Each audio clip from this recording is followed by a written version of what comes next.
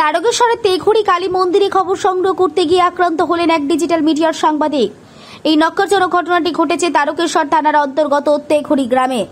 জানা গেছে, তেঘুড়ি গ্রামে প্রায় 200 বছরের পুরনো কালী মন্দির দখল ঘিরে একটি গন্ডগোলের বিষয়ে সাময়িক নির্দেশিকা জারি করে মহামান্য আদালত।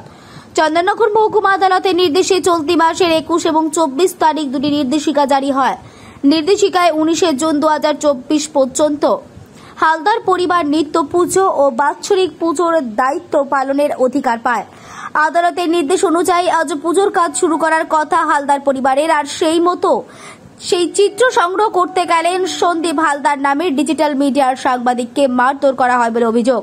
অচৈতন্য অবস্থায় তাকে উদ্ধার করে তারকেশ্বর গ্রামীণ হাসপাতালে ভর্তি করা হয়। যদিও ঘটনার পর হালদার পরিবারের বিরোধীদের কাছ থেকে এখনো কোনো প্রতিক্রিয়া পাওয়া যায়নি, তবে এই ঘটনায় সরব সাংবাদিক মহল। এই নক্কারজনক ঘটনার নিন্দা জানান তারা। পুলিশ সূত্রে জানা গেছে, এই ঘটনায় পরিবারের অভিযোগের ভিত্তিতে একজনকে আটক করা হয়েছে। আমাদের বাড়ির পাশে একটা মন্দির আছে, সেই মন্দিরে সন্ধ্যেবাস খবর করতে গেছিল। ঝামেলা কদিন ধরে চলছিল, এটা নিয়ে খবর করতে গেছিল।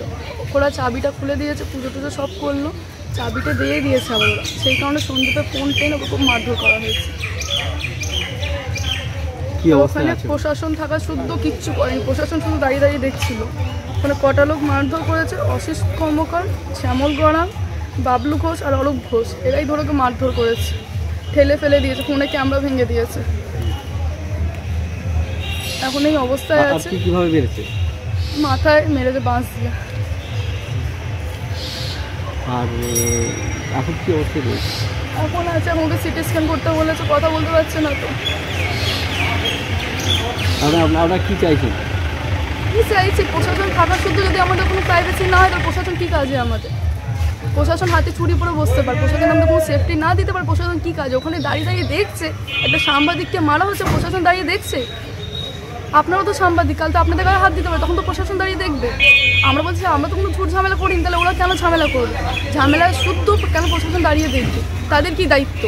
তাদের কি কোনো দায়িত্ব নেই আমাদের প্রতি? Bureau report, news 24/7 TV. মুহূর্তের খবর হাতের মুঠোয়।